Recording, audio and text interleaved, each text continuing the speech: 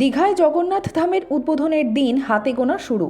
মাঝে ঠিক আর একটা সপ্তাহ, এরপরেই পর্যটনের মানচিত্রে আধ্যাত্মিক পর্যটন কেন্দ্র হিসেবে উঠে আসবে সৈকত নগরী দীঘার নাম। ওড়িশার পুরীর জগন্নাথ মন্দিরের ধাঁচেই বাংলার সৈকত শহর দীঘায় গড়ে উঠছে জগন্নাথ ধাম। পুরীর মতো করেই পুজো হবে এখানেও।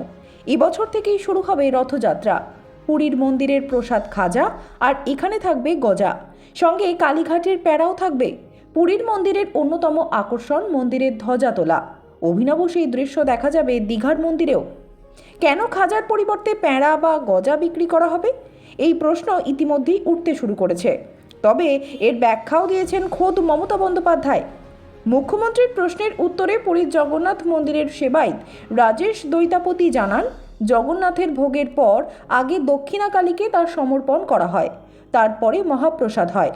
আর তখনই মুখ্যমন্ত্রী বলেন, আমাদের বাংলায় রীতি অনুযায়ী কালীঘাটের প্যাঁড়া আমরা দীঘার জগন্নাথ মন্দিরে দেব।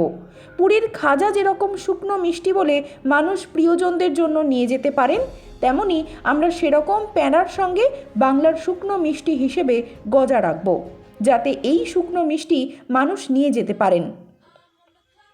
কালীঘাটের প্যাঁড়া এবং গজা মিষ্টি বাংলায় অত্যন্ত জনপ্রিয়। পুজো পার্বণে তা মানুষ কিনে থাকেন। তাই এই দুটি মিষ্টিকেই দীঘার জগন্নাথ ধামের সঙ্গে জুড়ে দেওয়া হলো। এই মিষ্টি দুটি আগামী দিনে অনলাইনে পুজো দিয়ে তা পাওয়ার ব্যবস্থাও করা হবে বলে জানিয়েছেন মুখ্যমন্ত্রী। এখন অপেক্ষা শুধু জগন্নাথ মন্দিরের দ্বারোদ্ঘাটনের। ব্যুরো রিপোর্ট, এগিয়ে বাংলা।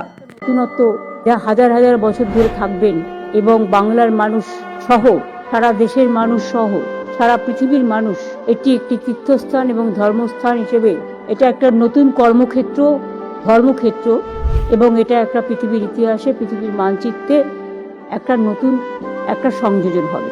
প্রত্যেকটা ব্লকে ব্লকে এলইডি টিভি লাগাচ্ছে এলাকায়, যাতে সারা বাংলা জুড়ে এবং ইম্পর্টেন্ট প্লেসগুলোতে মানুষ দেখতে পারে।